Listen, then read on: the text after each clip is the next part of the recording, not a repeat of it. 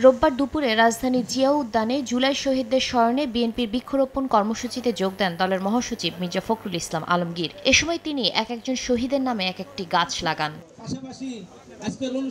এর আগে জুলাই গণঅভ্যুত্থান স্মরণে আলোচনা সভায় মির্জা ফখরুল বলেন, প্রধান উপদেষ্টার প্রতিশ্রুত ফেব্রুয়ারির মধ্যে নির্বাচনের মাধ্যমে দেশে গণতন্ত্রের উত্তরণ ঘটবে। ভিন্ন মত থাকবে, বহুমাত্রিক মত থাকবে। কেউ গণতন্ত্রে বিশ্বাস করবে, কেউ সমাজতন্ত্রে বিশ্বাস করবে, কেউ আপনার ওয়েলফেয়ার স্টেটে বিশ্বাস করবে।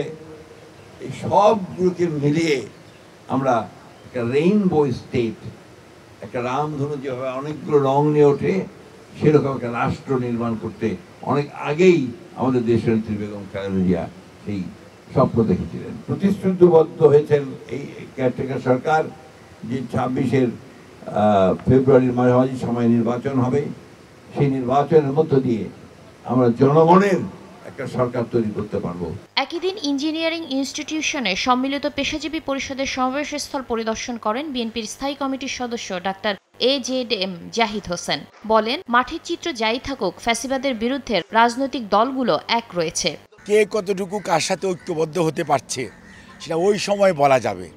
এখন এই মুহূর্তে অগ্রিম বলে ঐক্য প্রচেষ্টাকে বিনষ্ট করা সঠিক হবে না। মাঠের চিত্র এক মতন, ভিতরের চিত্র আরেক মতন, কারণ সবার আগে দেশ মনে রাখতে হবে। এদিকে জাতীয় প্রেস ক্লাবের সামনে প্রজন্ম দলের নাগরিক সমাবেশে দলের ভাইস চেয়ারম্যান শামসুজ্জামান দুদু বলেন, উস্কানি দিয়ে পরিস্থিতি ঘোলাটে করে স্বৈরতন্ত্রকে আমন্ত্রণ জানানোর ষড়যন্ত্র চলছে।